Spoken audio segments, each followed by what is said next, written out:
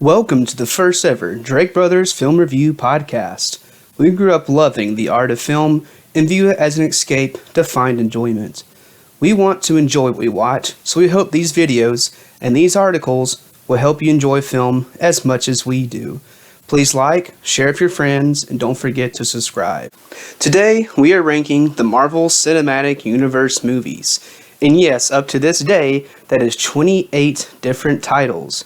This, however, will not include television shows, so don't include Loki or WandaVision in this. Remember, this kind of list changes all the time, but at this moment, this is what I got. We're going to start at number 28.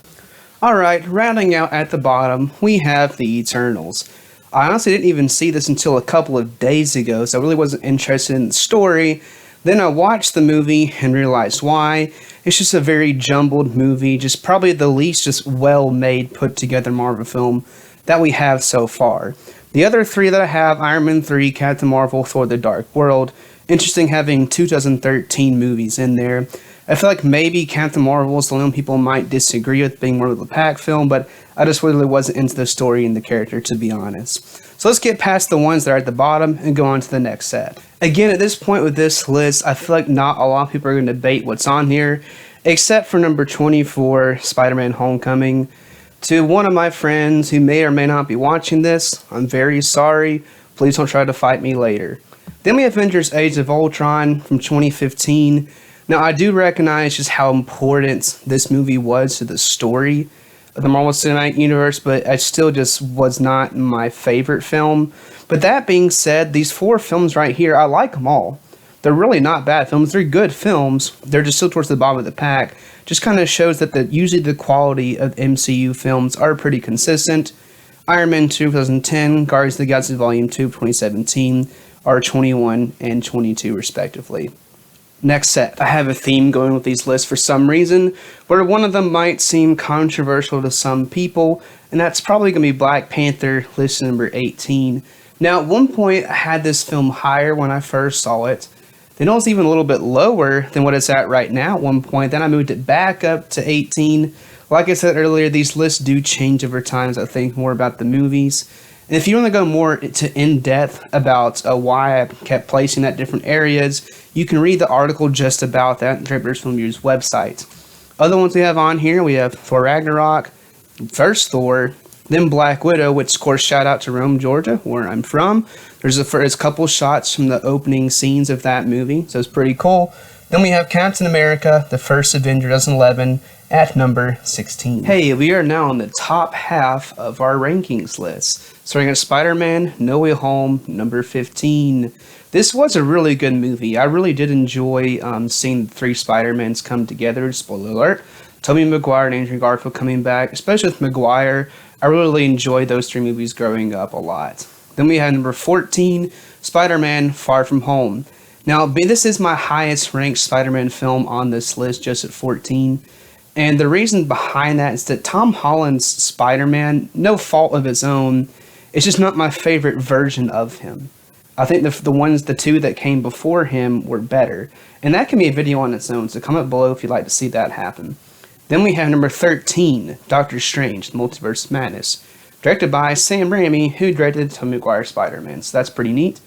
Unlucky 13, because this movie actually does have some horror-esque elements to it, and that wasn't on purpose either, so that worked out pretty cool, being number 13. Then we have number 12, Shang-Chi and the Legend of the Ten Rings. This was a pretty neat movie to have right now because we haven't had just new heroes like this that actually gets their own origin story movie. It turned out to be really good, so that was really good on them. Then we have Ant-Man from 2015. Paul Rudd, what can you say? All around good fun movie. Now in the top 10 with Ant-Man and the Wasp rounding out number 10. It's just a pretty good movie. What can you say? Then maybe the shocker for some people on this list is The Incredible Hulk. Now this is the Edward Norton Incredible Hulk, not the Mark Ruffalo one that we have today. It's one of several movies. Just what can I say? I like his performance better as Bruce Banner. It just seems more like what I picture him as being. And just the story is just classic. Running from the government, trying to find ways to suppress the Hulk inside of him, can't control it. There's just something to that story. I like it. Then we Doctor Strange, Benedict Cumberbatch. Now, this one's interesting. I heard a story recently where he originally turned down a role in the MCU before that. Know what it is? It was from Thor the Dark World. He was Malekith, however it's pronounced, the Dark Elf leader from that. I'm so glad he turned that down and head out for the better role of Doctor Strange. Worked out for him pretty well. Then, of course, Captain America Civil War. Just all around really good movie. Which side were you on? I was on Captain America's side personally, but I mean, that's neither here nor there. Both sides had their points, I suppose. Then we have the original Avengers movie, 2012. I was a freshman in high school when I went to see that movie. Packed out theater. Technically didn't make it in, but my dad basically argued, and because there was open seats anyway, so it worked out. Now, moving on to the top 5. We're officially in the top 5. You can see the list on your screens here. Number 5, Iron Man, the first ever Marvel movie to come out in the cinematic universe. Robert Downey Jr. was just born to play that role. No one else could have done it the same way. Seeing Tom Cruise could have been interesting. He was supposed to play the role at one point, but however, Robert Downey Jr. was the guy. Number 4, Guardians of the Galaxy. A movie we didn't know that we needed. It turned out to be extremely good. Again, people like Chris Pratt, Zoe Saldana, like these people were just great. And there was Bradley Cooper as Rocket Raccoon. Who knew I needed that in my life? Number 3, Avengers Endgame. Now, if you've read the article before, you might recall me thinking the movie was good, but not great.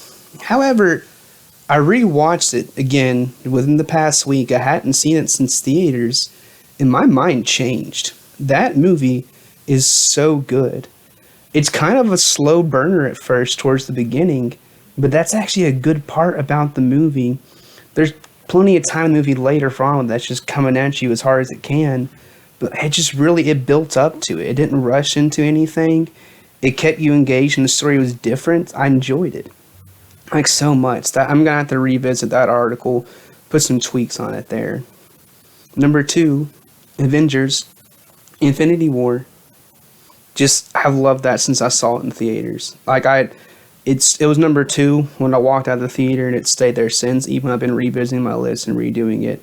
I can't change that. It's so good. I've updated that article once before also just to kind of make it better. There's just so much to it. So much is at stake. And then, of course, at the ends with the very classic everyone turning to dust.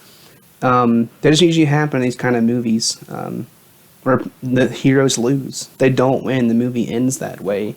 So you had to wait for Endgame to find out what's going to happen. And then we have number 1, Captain America, the Winter Soldier. To me, it's just the most complete movie. The jokes land. That's one of my problems with lots of Marvel films, especially these days. There's so many jokes, and some of them don't land because there's just so many. But in the Winter Soldier, they land. Of course, Captain America, just completely stellar. Scarlett Johansson as Black Widow, Chris Evans as Steve Rogers. They just led that movie so well. Stan Sebastian as the Winter Soldier, or Bucky. Just an all-around complete movie. And I believe it was the Russo brothers who directed that movie, who did Infinity War and Endgame. So top 3. So good job to those guys for being my top 3 in these movies for the MCU. Just such a good movie. So that might be a surprise number 1. Probably is for a lot of people. But I stand by it. It's been a great movie. I thought that for years now, and nothing's changed it so far.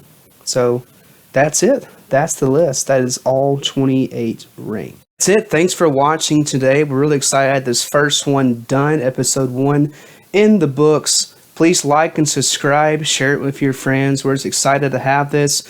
Comment below your favorite Marvel movie. Comment below future videos you'd like to see. We hope to put out more very soon. So again, thanks for watching.